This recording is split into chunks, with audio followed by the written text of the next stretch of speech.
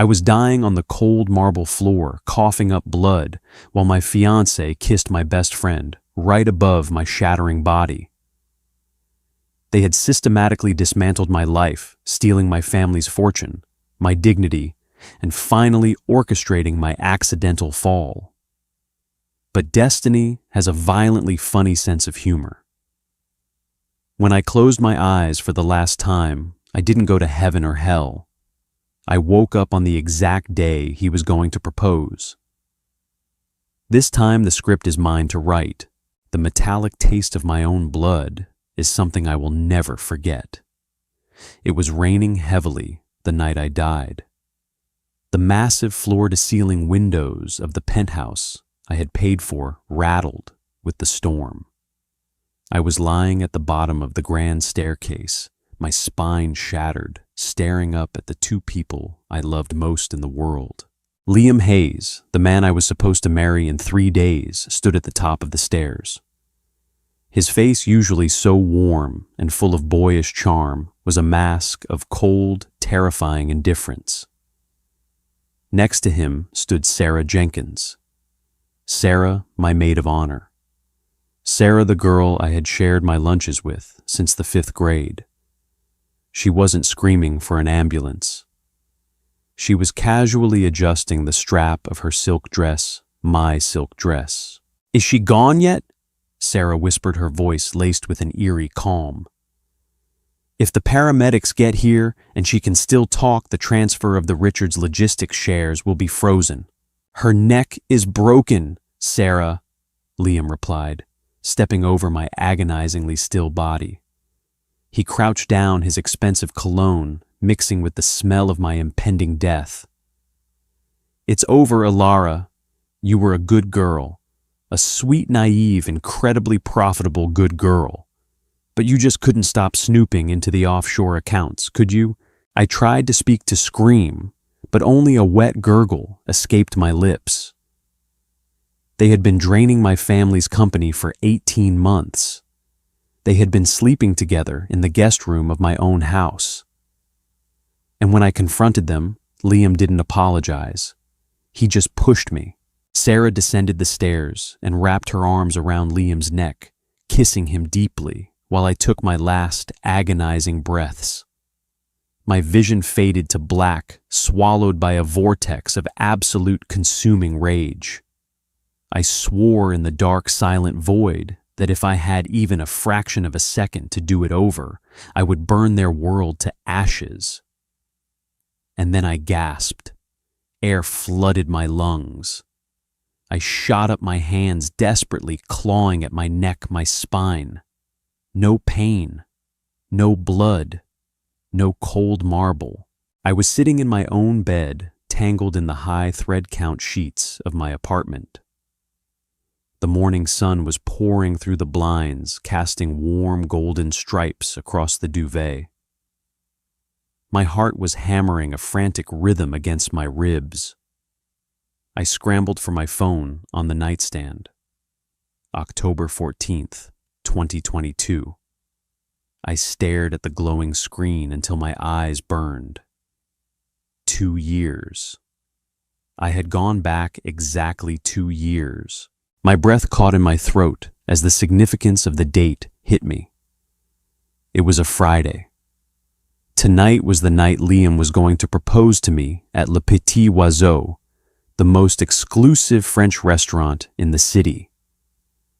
In my past life, I had worn a white virginal lace dress. I had cried tears of overwhelming joy when he got down on one knee. Sarah had been hiding in the VIP booth with a camera, rushing out to pop champagne and hug us both, crying fake tears of happiness. I stumbled out of bed and walked to the full-length mirror. The face staring back at me was younger, free from the stress and exhaustion of the last 2 years of managing my family's crumbling empire. My blue eyes, however, held a darkness that hadn't been there yesterday. My phone buzzed. It was a text from Sarah. "Babe, don't forget our mani-pedi at 2 p.m. You need to look perfect tonight. A cold smile crept onto my lips. Oh, I would look perfect. But I wouldn't be wearing white. I walked over to my closet and pushed aside the innocent lace dress I had originally chosen. Deep in the back, wrapped in a garment bag, was a fitted blood-red velvet gown with a slit up the thigh. It was daring. It was ruthless. "See you soon, Sarah," I whispered to the empty room. The naive Alara Richards died at the bottom of those stairs. The woman standing in her place was a ghost returning the favor. The atmosphere at Le Petit Oiseau was suffocatingly romantic. Soft jazz floated through the dimly lit dining room, and the scent of truffles and expensive wine filled the air. Liam sat across from me in a tailored charcoal suit, his knee bouncing nervously under the table. "You look different tonight, Ilara," he said, his eyes darting over my red velvet dress. He seemed slightly unnerved, as if he had expected a docile sheep and found a predator sitting across from him. "Just felt like making a statement," I replied, taking a slow sip of my Pinot Noir. I casually glanced toward the back of the restaurant. Sure enough, peeking out from behind a velvet curtain of the private alcove was a familiar flash of blonde hair. Sarah, waiting for her cue. "Well, you look beautiful," Liam said, reaching across the table to take my hand. I let him hold it, suppressing the violent urge to pull away and shatter my wine glass across his face. I needed to let the play unfold. I needed maximum audience impact. The restaurant was packed with high society figures, socialites, and business partners of my father. Liam had chosen this venue specifically because a public acceptance from the heiress of Richard's Logistics would cement his status in the business world.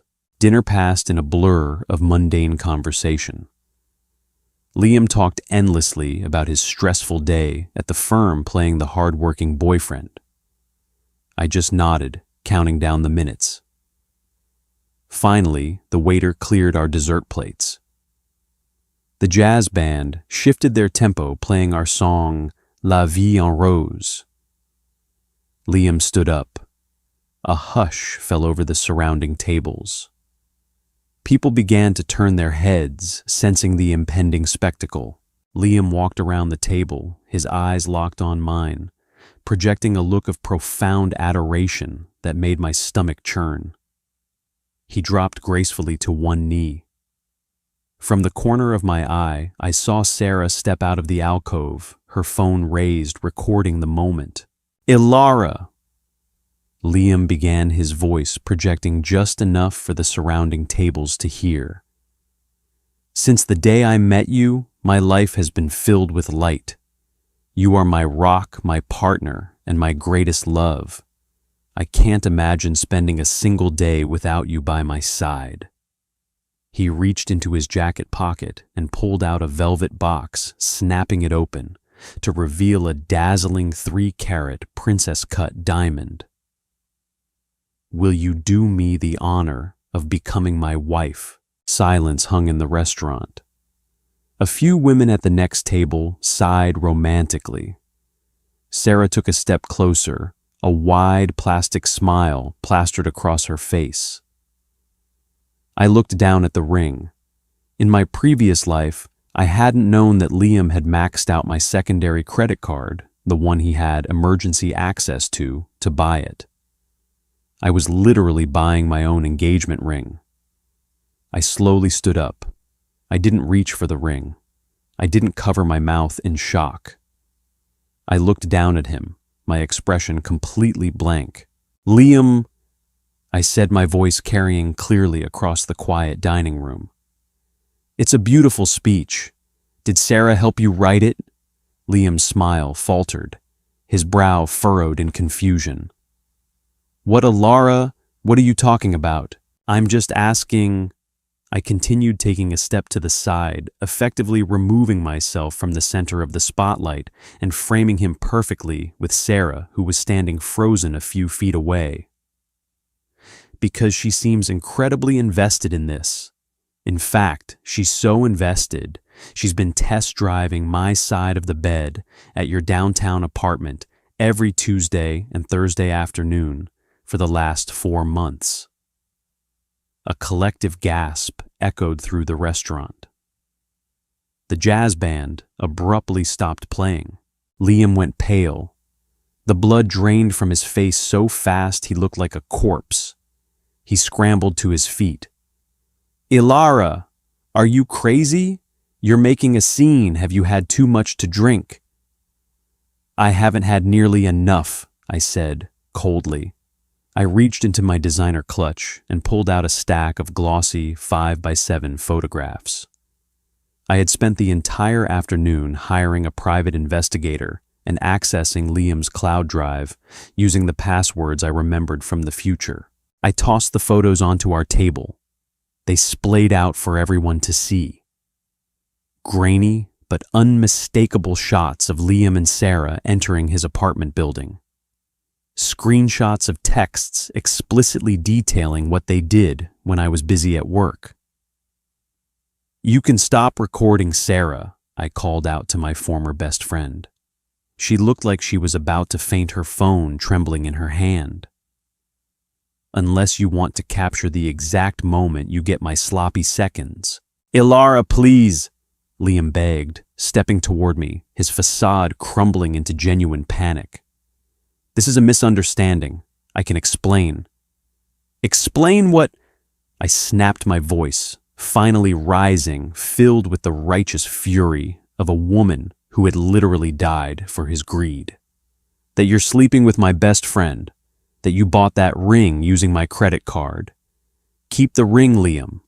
Give it to Sarah. You two deserve each other." I turned on my heel, the red velvet of my dress sweeping dramatically across the floor. I didn't look back as I walked out the front doors of Le Petit Oiseau, leaving a wake of devastating whispers and ruined reputations behind me.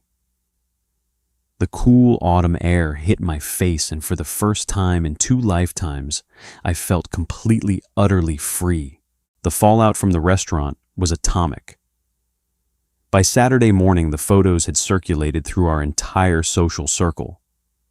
My parents, who had initially been skeptical of Liam, were furious. When I sat them down and showed them the early signs of Liam's financial embezzlement at the firm, things I knew to look for this time around, my father immediately fired him and had him escorted from the building by security. Sarah was shunned. She tried to call me 50 times, leaving voicemails crying about how Liam manipulated her. I blocked her number, let them rot together. But I knew Liam. He was a cornered rat now, and cornered rats bite. I needed a fortress. I needed an alliance so impenetrable that Liam couldn't even dream of touching my family's assets again. I needed absolute power. That power came in the form of Dominic Reed. 3 weeks after the disastrous non-proposal, the annual St. Jude's Charity Gala was held at the Plaza Hotel. It was the social event of the season, a mandatory appearance for the city's elite. I arrived alone, wearing a sleek midnight blue silk gown that hugged my curves. The ballroom was a sea of diamonds, champagne, and calculating glances. I knew Liam would be here. He had secured an invitation through a distant uncle, desperately trying to network and save his plunging career. I spotted him near the ice sculpture, looking haggard, arguing in hushed tones with Sarah, who looked thoroughly miserable in a cheap dress. I ignored them and scanned the room for my target. There he was. Dominic Reed stood by the grand pillars near the balcony, nursing a glass of bourbon.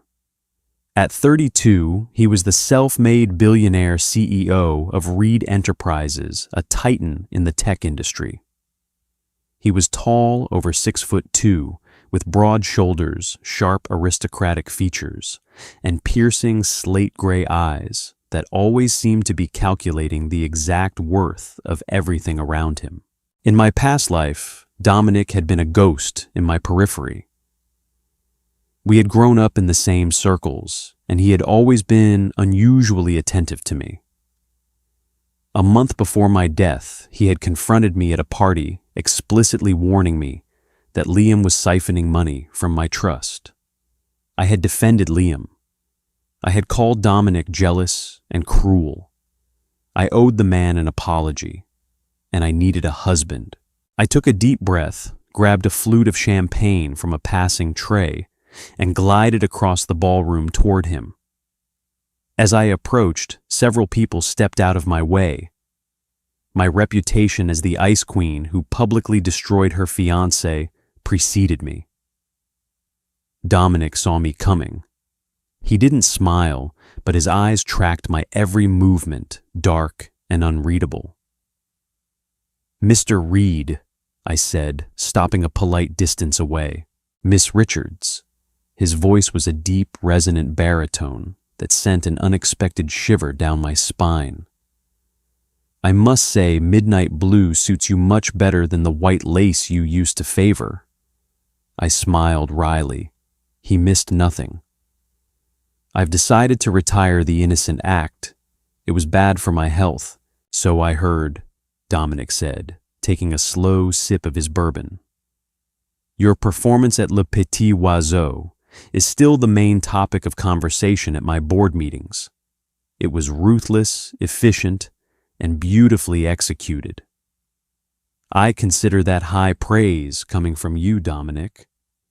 I took a step closer, dropping the formalities. The air between us crackled with a sudden electric tension. "I owe you an apology." One dark eyebrow arched elegantly. "For what?" "For not listening to you," I admitted softly, looking directly into his stormy eyes. "You told me Liam was a snake. You tried to warn me about the trust fund. I was blind and I pushed you away. You were right." Dominic's expression softened just a fraction.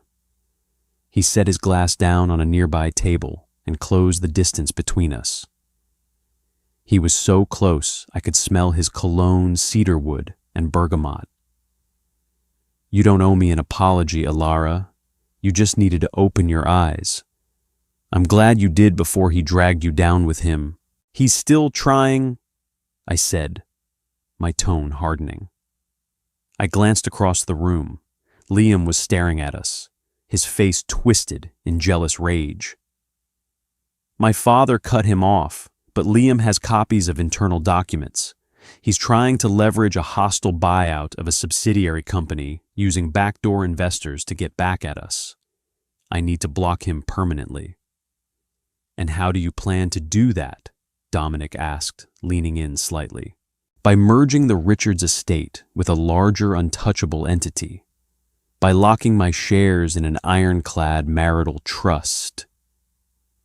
I looked back up at him, my heart pounding in my chest. This was the gamble. "I need a husband, Dominic. On paper, a strategic alliance." Dominic stared at me for a long, breathless moment. The music swelled around us, but all I could hear was the rushing of my own blood. Slowly, a dangerous, incredibly handsome smile spread across his face. He reached out his warm fingers, brushing lightly against my bare shoulder, making my breath hitch. "I don't do on paper, Alara," he murmured, his voice dropping to a husky whisper, meant only for my ears. "And I don't do convenience. I've wanted you for 5 years. If I put a ring on that finger, it's permanent. You belong to me, and I destroy anyone who looks at you wrong. That's my counteroffer. Do we have a deal?" The ballroom music faded into a dull roar in my ears. Dominic's hand on my shoulder was heavy, radiating a heat that grounded me in the present. This wasn't the afterlife. This was a war room disguised as a charity gala, and I had just been handed the nuclear launch codes. I looked up into his slate-gray eyes. There was no hesitation in them, no playful bluff. In my past life, I had dismissed Dominic Reed as an arrogant tech magnate, who thought his wealth gave him the right to dictate my choices. Dying on a cold marble floor had drastically shifted my perspective. Now I saw the unyielding loyalty I had been too blind to recognize. Permanent, I repeated, letting the word roll over my tongue. The weight of it was terrifying, yet deeply intoxicating. You understand that Liam and his backers are playing dirty. They have forged accounting signatures. They are trying to bleed Richard's logistics dry before the quarterly earnings report. I don't care if he's backed by the devil himself, Dominic said, his grip on my shoulder tightening just a fraction before he let his hand drop to his side. I have enough liquid capital to bury his entire syndicate by breakfast. But I need the legal authority to intervene on your family's behalf. And I want you. That is the price. Deal, I breathed. A sharp, dangerous smile finally broke across his face. He didn't offer his arm. Instead, he slipped his hand to the small of my back, guiding me firmly toward the exit of the Plaza Hotel. We have an appointment with my legal team in 30 minutes. The speed at which Dominic operated was dizzying. We left the gala in his armored black Maybach, the city lights streaking across the tinted windows. The scent of leather and his cedarwood cologne filled the quiet cabin. I leaned my head against the cool glass, my mind racing. 2 days ago, I was planning a wedding with the man who would eventually murder me. Tonight, I was driving through Manhattan to sign my life over to a billionaire who claimed he had wanted me for half a decade. We arrived at the Reed Enterprises Tower in Midtown. The building was a monolith of glass and steel, entirely empty at this hour, save for the top-floor executive suite. Waiting for us in the boardroom was Harrison Ford, not the actor, but a notoriously ruthless corporate attorney who charged $4,000 an hour. Beside him sat a public notary. The mahogany table was covered in thick stacks of legal documents, meticulously tabbed and ready for signatures. Miss Richards, Harrison said, standing up and offering a brief professional nod. Mr. Reed informed me of the situation on the drive over. We have drafted a comprehensive marital trust agreement and a bulletproof prenuptial contract. I don't want a prenup, Dominic interjected coldly, shedding his suit jacket and tossing it over an empty chair. He walked to the head of the table and leaned over the documents. Harrison blinked, clearly caught off guard. Dominic, given the sheer volume of your personal assets, I said no. Dominic cut him off, his voice dropping an octave. The trust merges our voting shares in Richard's Logistics and Reed Enterprises into a single impenetrable block. That is all we need to execute the block on Liam Hayes. Everything else is shared. Draw it up. I stared at Dominic. Without a prenuptial agreement, he was exposing billions of dollars of his own hard-earned wealth to a woman he was marrying out of spite and strategy. Dominic, you don't have to do that. I'm only interested in protecting my family's company. He turned to look at me, his eyes dark and intense under the recessed lighting of the boardroom. When I commit Ilara, I commit entirely. I told you I don't do convenience. If you are my wife, you are my equal in every single room we walk into.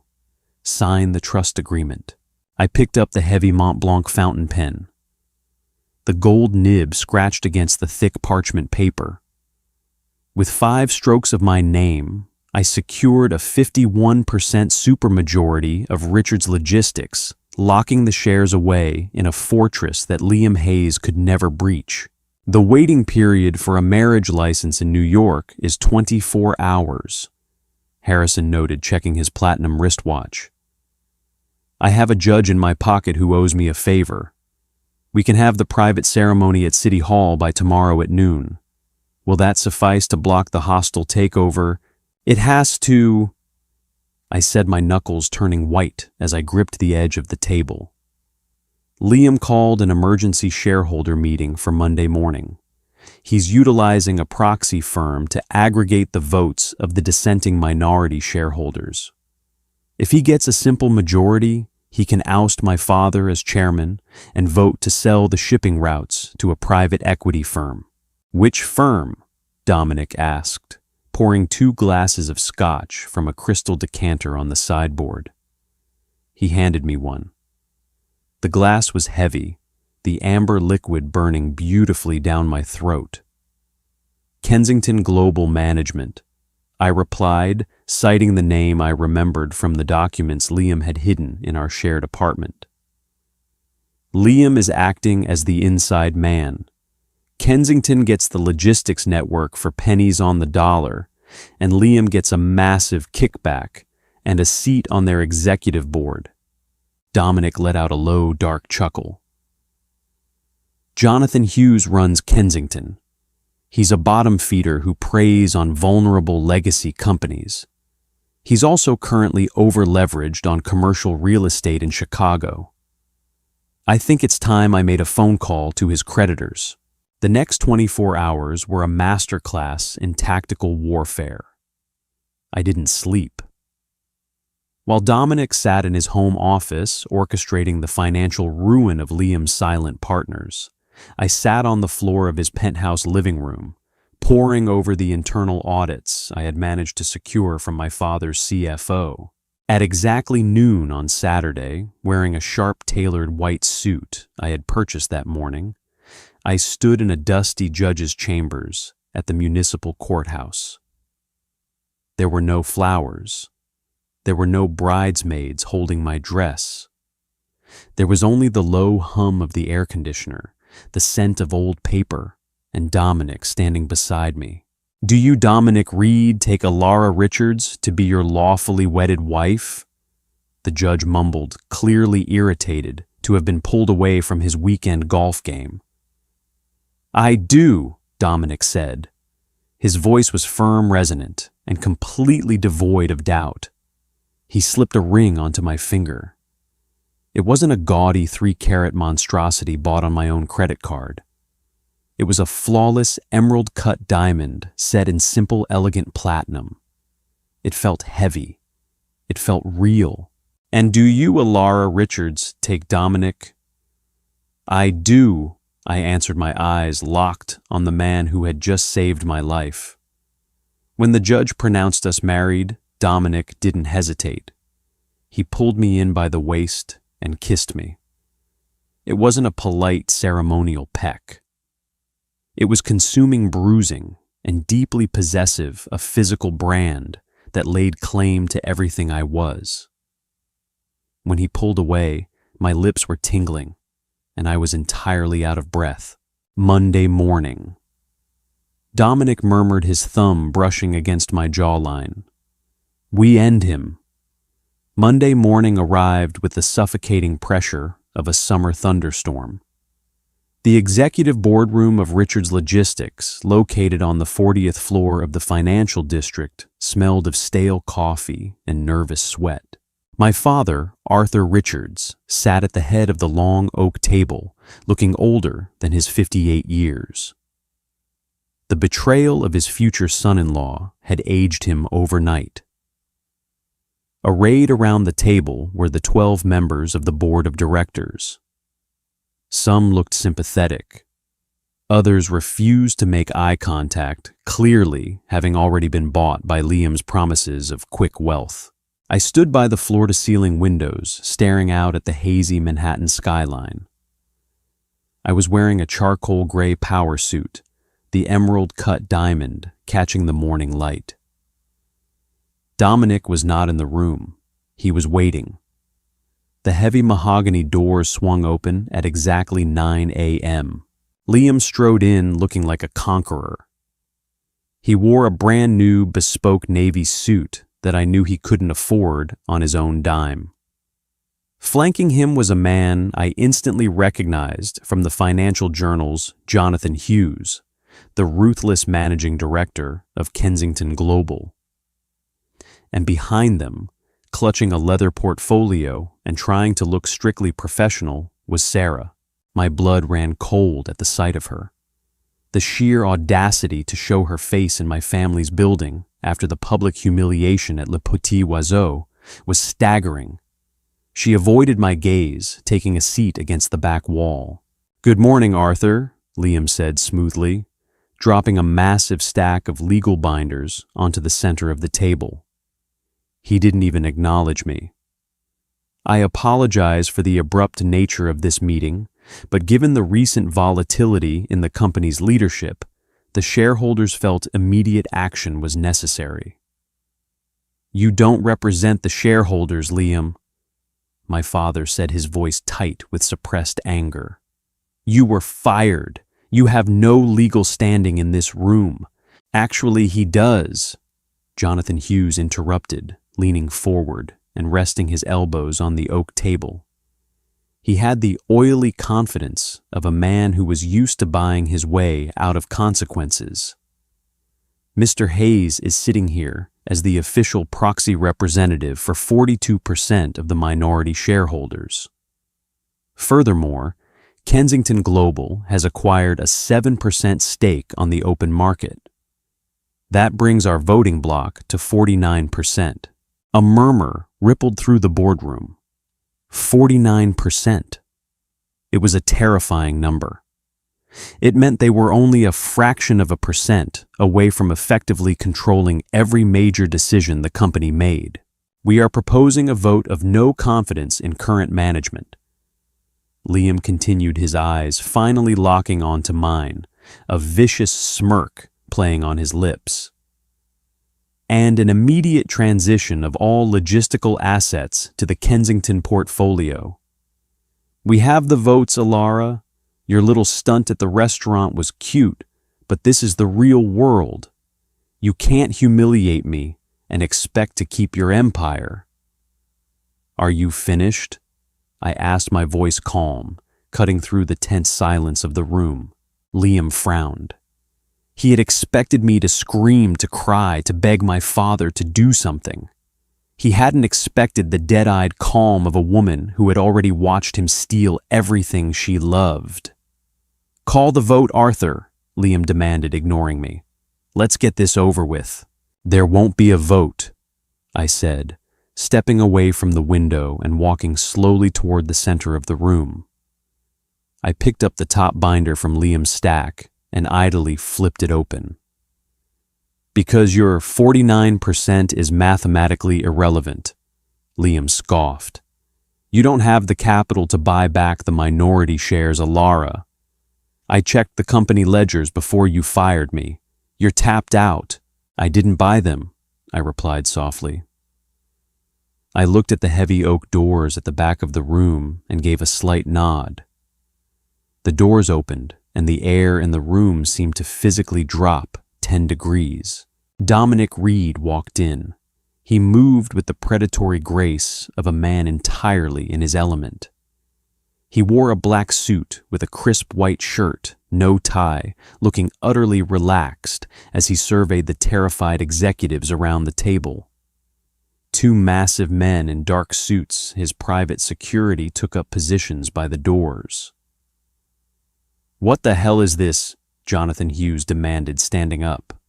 "This is a closed boardroom. Mr. Reed has no business here." Dominic ignored him.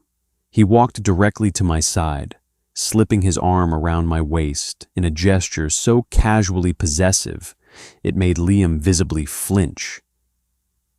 "Mr. Hughes," Dominic said, his voice a low, threatening rumble that carried effortlessly across the room.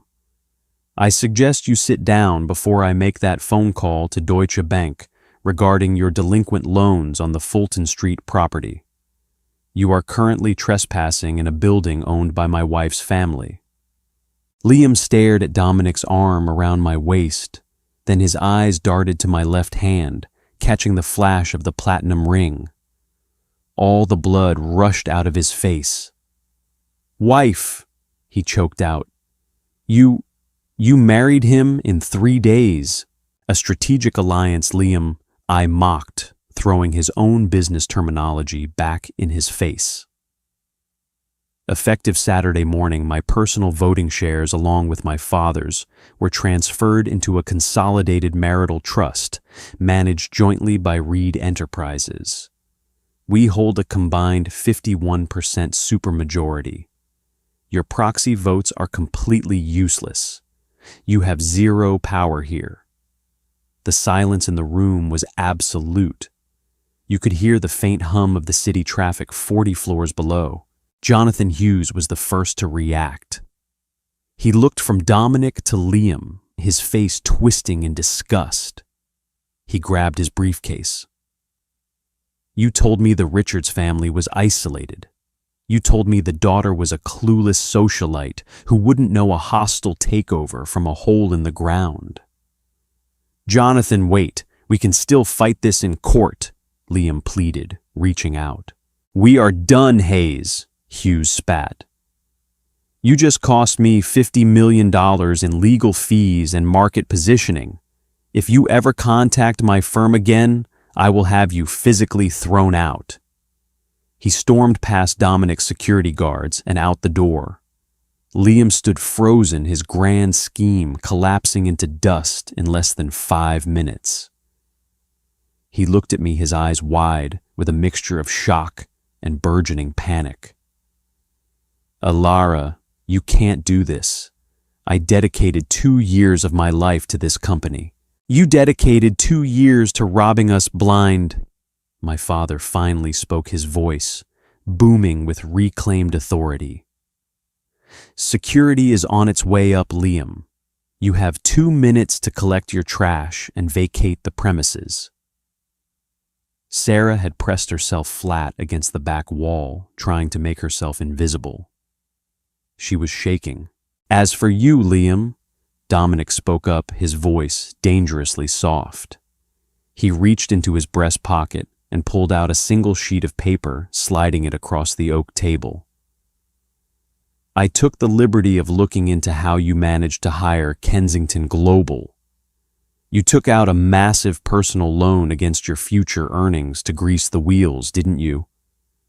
Liam stared at the paper, his hands trembling. I bought that debt at 8 a.m. this morning. Dominic stated, his slate-gray eyes pinning Liam to the spot. You owe Reed Enterprises $8.5 million payable immediately. Since you are currently unemployed and unemployable in this city, I will be seizing your assets, your downtown apartment, your cars, your bank accounts. By tomorrow morning, you won't even own the bespoke suit you are standing in. I watched Liam's knees actually buckle. He grabbed the back of a leather chair to keep from hitting the floor.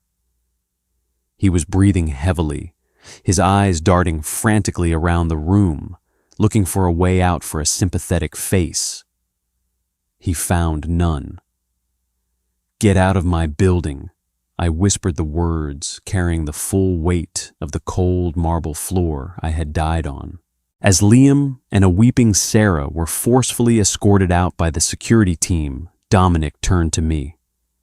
The ruthless corporate raider vanished, replaced by a man looking at me with a profound, terrifying devotion. The board is yours, Mrs. Reed, he said softly. We had won the battle. But as I watched Sarah's desperate, venomous glare through the glass doors before she disappeared into the elevator, I knew the war was far from over. The transition from my independent, albeit fractured life into Dominic Reed's world was not a negotiation. It was a total eclipse. By Tuesday evening, 24 hours after the hostile takeover collapsed, a team of professional movers had packed up my Upper East Side apartment and relocated my entire existence to Dominic's triplex penthouse in Tribeca. I hadn't asked him to do this. I had merely mentioned that my security system felt inadequate given Liam's erratic state. 2 hours later, Dominic had simply nodded, made a single phone call, and my lease was terminated. Standing in the center of his massive living room, I felt a strange sense of vertigo. The space was intimidatingly beautiful, characterized by dark charcoal walls, brushed steel fixtures, and floor-to-ceiling windows that offered an unobstructed, vertigo-inducing view of the Hudson River. It smelled of expensive leather old paper and the distinct crisp cedarwood scent that Dominic always carried with him. You didn't have to orchestrate a military extraction, I said, watching as his housekeeper, a stern older woman named Mrs. Higgins, directed men carrying my garment bags up the floating glass staircase. Dominic was standing by the marble kitchen island, unbuttoning his cuffs. He poured a measure of bourbon into a heavy crystal tumbler. Liam Hayes is desperate, Alara. Desperate men do not respect standard deadbolts or doormen who can be bribed with $100 bill. You are my wife. You sleep where I can guarantee your absolute safety. He walked over and handed me a glass of sparkling water with a twist of lime, exactly how I preferred it after a long day. It was a minor detail, but it sent a startling jolt through my chest. He remembered. This is a lot to process, I admitted, wrapping both hands around the cold glass.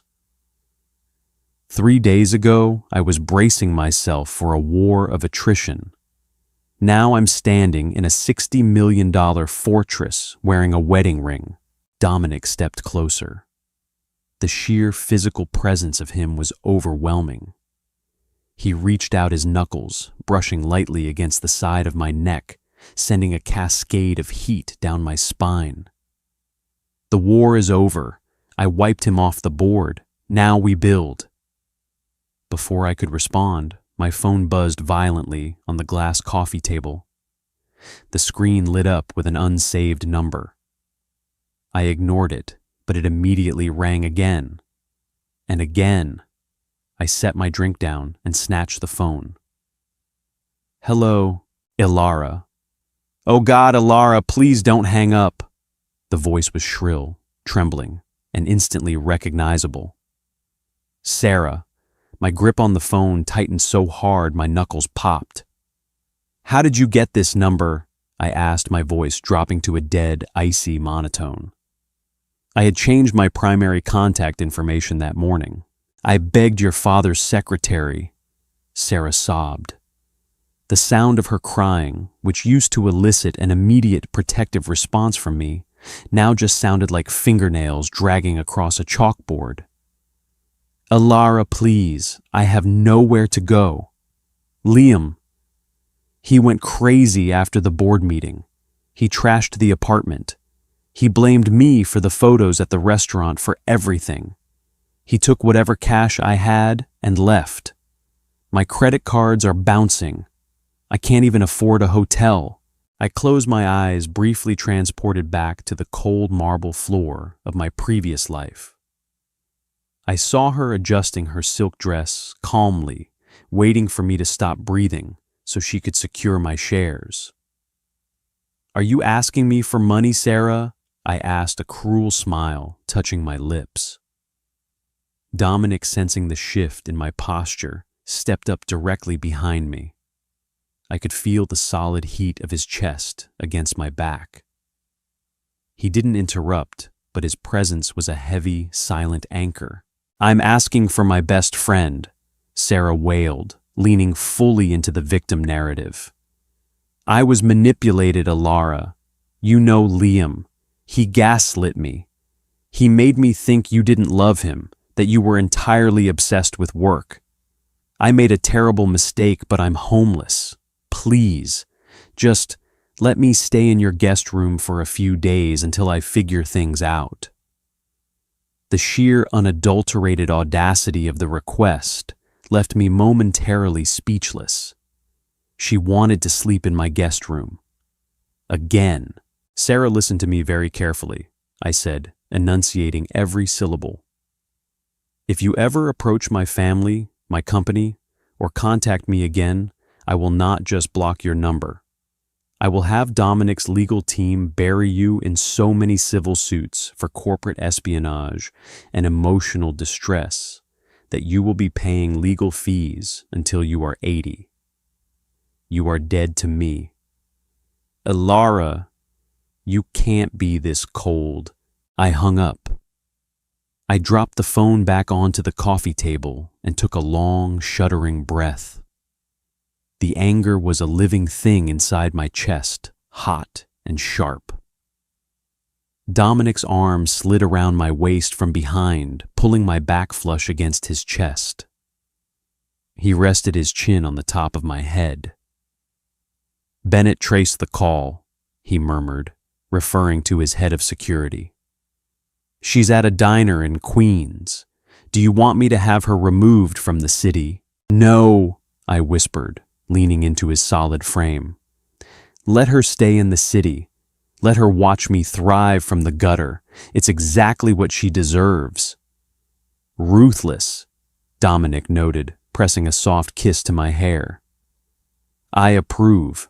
For the next 2 weeks, my life settled into a new, exhilarating rhythm. At the office, I was unstoppable. With the 49% voting bloc shattered my father, and I purged the executive suite, firing anyone who had aligned with Liam.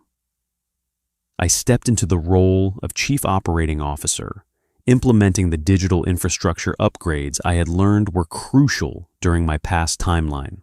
And at home, the lines between a strategic alliance and a real marriage rapidly dissolved.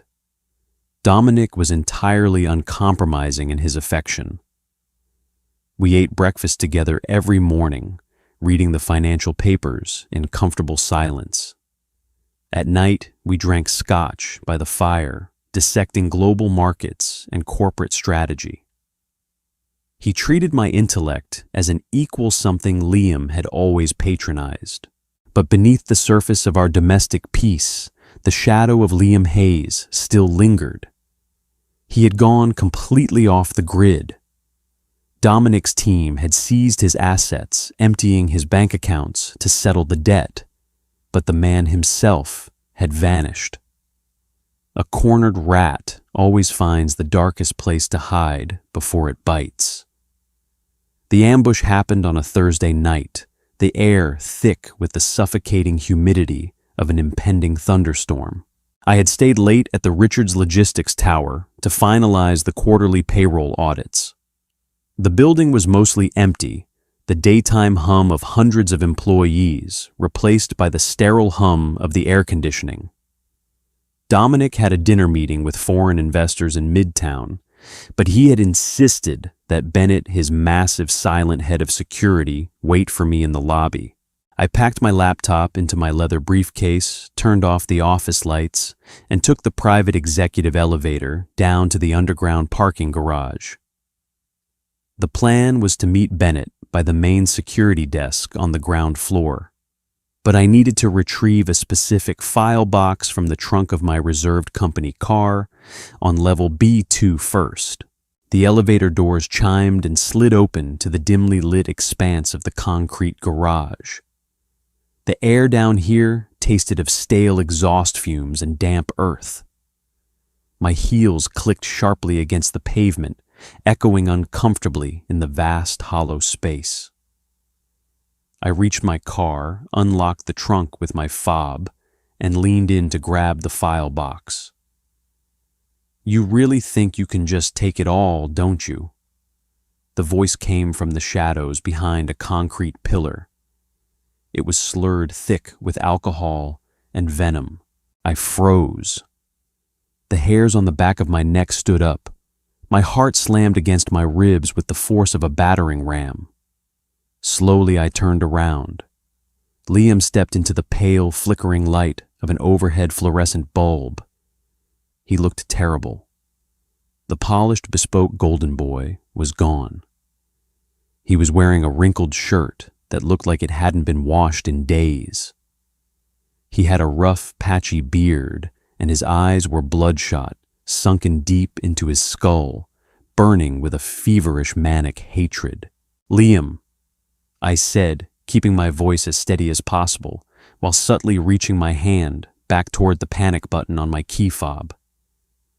"You are trespassing. You need to leave before I call security." "Security?" He laughed, a harsh grating sound that bounced off the concrete walls. "I know the patrol routes, Alara.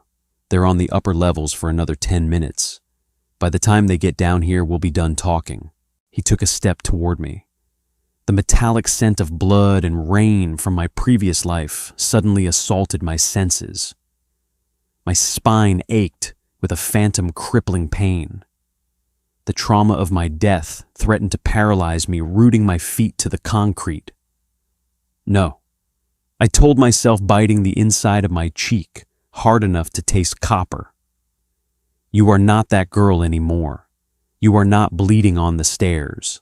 We have nothing to talk about," I stated, standing up straight, refusing to cower against the bumper of my car. "You stole from my family. You slept with my best friend. You tried to orchestrate a hostile takeover. You played a dangerous game, Liam, and you lost. Accept it."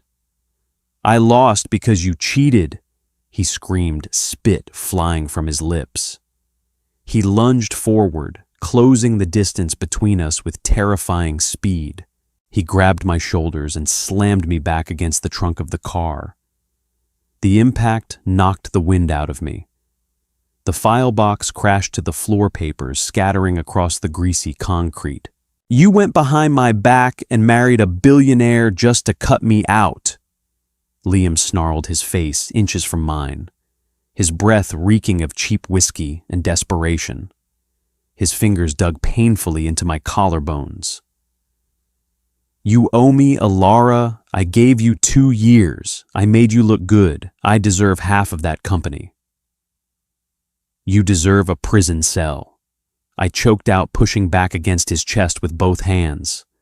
"Let go of me. I'm going to ruin you," he hissed, his grip tightening. He pulled one hand back, curling it into a fist. "I'm gonna smash that perfect face of yours until Dominic Reed doesn't even want to look at—" A shadow moved with violent, blinding speed from the perimeter of the garage.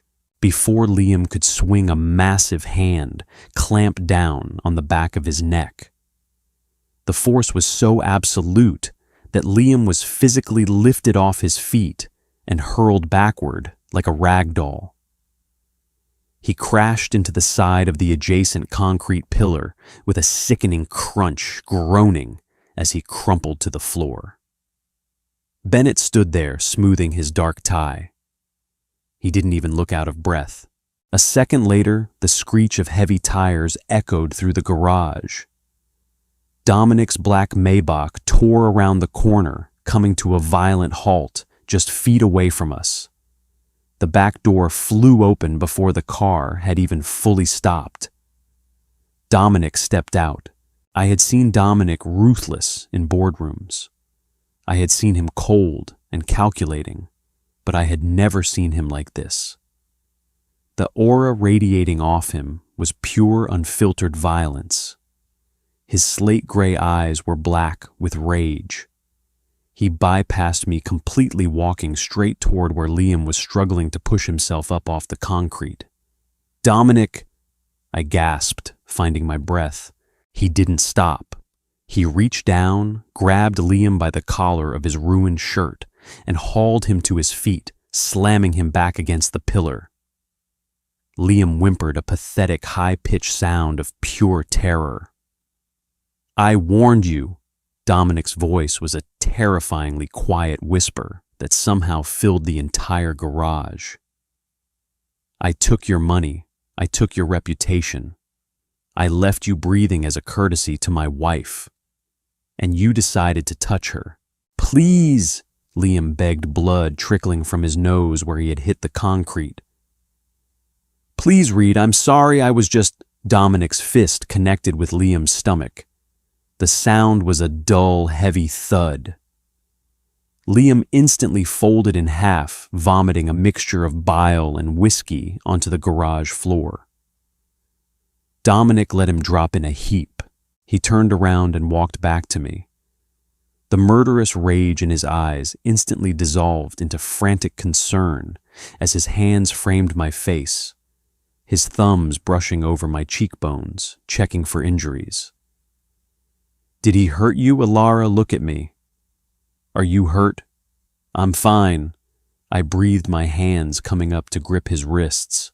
The adrenaline was finally crashing, leaving me trembling. "I'm okay. Bennett got him." Dominic pulled me into his chest, burying his face in my neck, holding me so tightly my ribs ached. "I tracked your phone," he muttered against my skin. "When you didn't meet Bennett in the lobby, I knew something was wrong. If I had been 2 minutes later—" "You weren't," I said softly, wrapping my arms around his waist. "You were right on time." Behind us, a convoy of police cruisers came screaming down the garage ramp, their red and blue lights painting the concrete walls in chaotic flashes. Bennett had called it in the moment he engaged. Dominic pulled back, keeping one arm securely around my waist. He looked down at Liam, who was being hauled to his feet and handcuffed by 2 NYPD officers. "Take him to the first precinct." Dominic ordered the arresting officer, his voice returning to its usual commanding chill. "Charge him with assault, trespassing, and attempted extortion. My legal team will be filing the paperwork for the embezzlement charges by midnight. He doesn't see bail." Liam looked at me over the roof of the squad car as they pushed his head down. There was no rage left in his eyes, only the hollow, devastating realization that his life was completely irrevocably over. I didn't feel pity. I didn't feel triumph. I just felt clean. As the police cars pulled away, taking the last ghost of my past life with them, Dominic took my hand. His grip was warm, solid, and unfailing. "Let's go home, Mrs. Reed," he said softly. "Yes," I agreed, leaning against his shoulder as we walked toward his waiting car. "Let's go home." The fluorescent lights of the Manhattan Criminal Court, operating under the strict jurisdiction of the Southern District of New York, hummed with a sterile, unforgiving buzz. It was a Tuesday morning exactly 3 months after the incident in the underground parking garage. The air in the courtroom smelled of lemon, floor wax, damp wool from the winter coats of the gallery, and the sharp, undeniable scent of institutional fear. I sat in the second row of the heavy oak pews, my posture rigidly straight. I was wearing a tailored black Saint Laurent blazer, a subtle nod to a funeral, because today I was burying the last remnants of Liam Hayes. Dominic sat beside me, his solid warmth radiating through the sleeve of his custom charcoal suit. He didn't hold my hand. We were in public, a theater of law and order, and he knew I didn't need to be coddled. I needed to witness this. The heavy wooden door beside the judge's bench swung open, and a court officer led Liam into the room. A collective murmur rippled through the reporters seated in the back. The man who shuffled to the defendant's table was completely unrecognizable from the charismatic, bespoke-suited executive I had once agreed to marry. Liam was wearing the standard-issue scratchy beige uniform of a Rikers Island inmate. His hair was cropped short and uneven. He had lost at least 15 pounds, his cheekbones jutting out sharply above a pale, sunken jaw. The metallic clinking of the handcuffs chained to his waist echoed off the high plaster ceilings. When he took his seat, his eyes frantically scanned the gallery until they locked onto mine. There was no defiance left in him. The manic rage from the parking garage had been completely extinguished, replaced by the hollow, vacant stare of a man who finally understood he was at the absolute bottom of the food chain. His defense attorney, an overworked public defender who looked like he hadn't slept in a week, frantically shuffled through a stack of manila folders. "All rise," the bailiff barked. Judge Rosalind Carter, A woman known for her zero-tolerance policy on white-collar crime took the bench. The proceedings moved with brutal mechanical efficiency. Dominic's legal team had not just handed the prosecution a case. They had handed them a fully assembled guillotine. The assistant district attorney laid out the charges methodically. First came the assault and attempted extortion from the garage incident. Then came the devastating financial crimes. Investigators from the Securities and Exchange Commission had spent the last 90 days tearing through Liam's digital footprint. They traced the forged signatures on Richard's logistics letterheads, the unauthorized wire transfers hidden in encrypted offshore accounts in the Cayman Islands, and the massive kickback agreement he had signed with Kensington Global. But the real twist, the one that made the courtroom hold its breath, came when the prosecution addressed the co-conspirator. "Your Honor," the prosecutor stated, adjusting his glasses. "In exchange for a reduction in the sentencing recommendation, the defendant has provided comprehensive audio and digital evidence directly implicating Sarah Jenkins as an active accomplice in the embezzlement of Richard's logistics funds." I felt a cold, sharp smile touch the corners of my mouth. I leaned forward slightly. Liam was selling Sarah out to shave a few years off his sentence. He had recorded their arguments in his apartment arguments, where Sarah explicitly discussed falsifying my expense reports and delaying the paramedics the night I originally died. While the physical assault of my past life never happened in this timeline, the intent to defraud and her active participation in the financial cover-up were permanently logged on Liam's personal cloud drive. A sharp gasp echoed from the back of the courtroom. I didn't have to turn around to know Sarah had shown up, likely hoping to sell a tragic, wronged woman narrative to the Bloomberg news reporters loitering by the doors.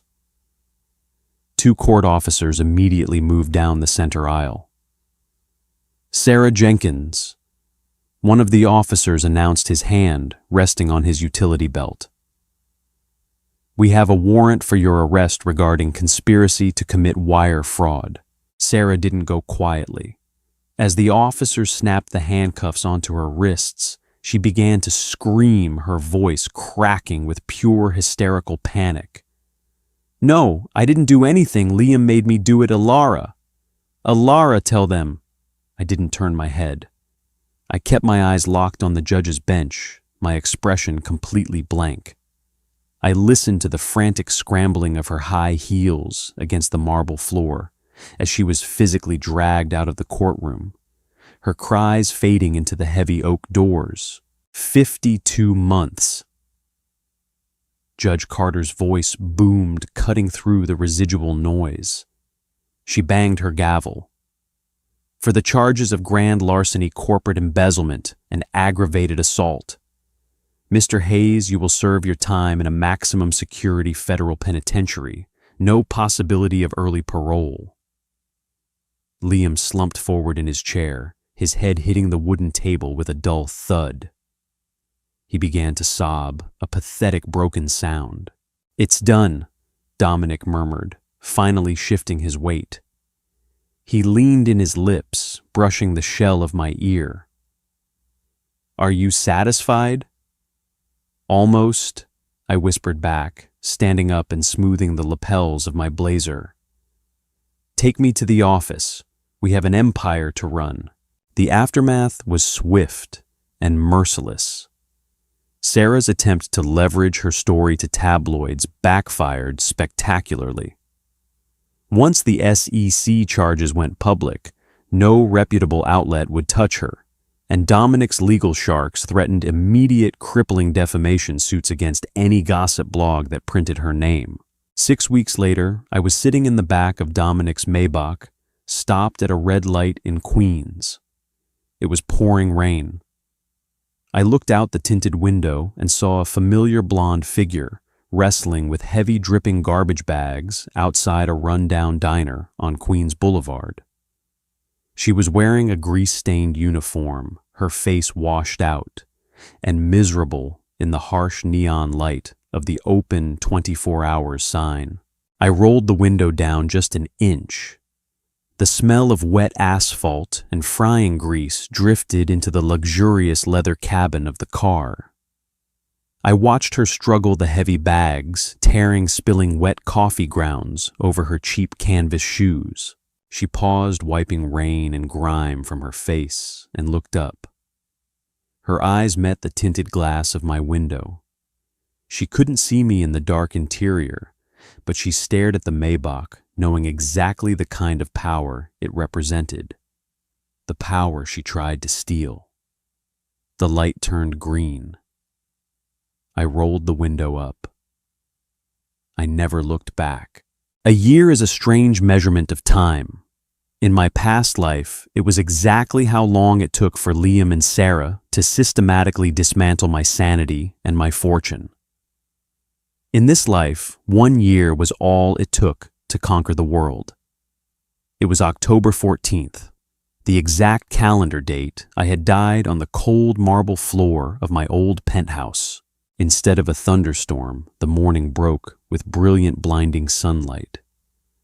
I was standing on the expansive teak balcony of the new estate Dominic and I had purchased in the Hamptons. The crisp, salt-laced breeze off the Atlantic Ocean whipped my loose hair around my face. I gripped the thick glass railing, breathing in the cold air, feeling the steady, undeniable thrum of my own heartbeat. I was alive. I was 28 years old, and I was holding the absolute zenith of corporate power.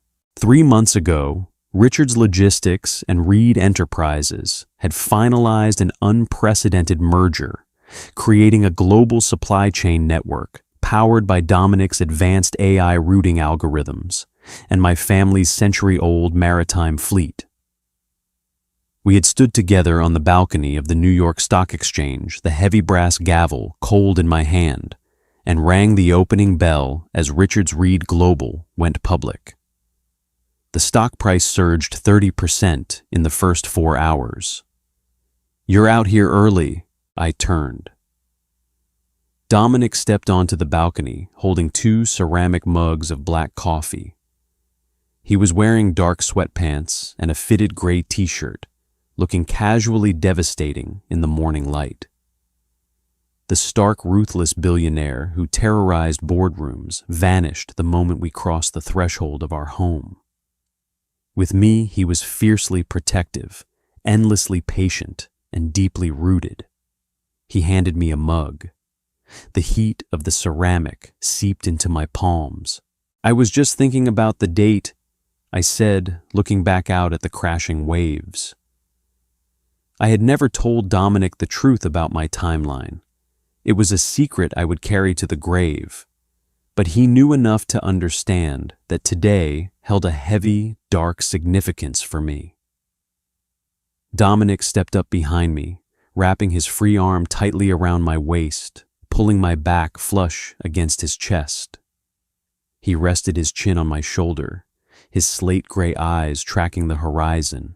"We survived the trenches," he said quietly, his voice a deep, resonant rumble against my spine.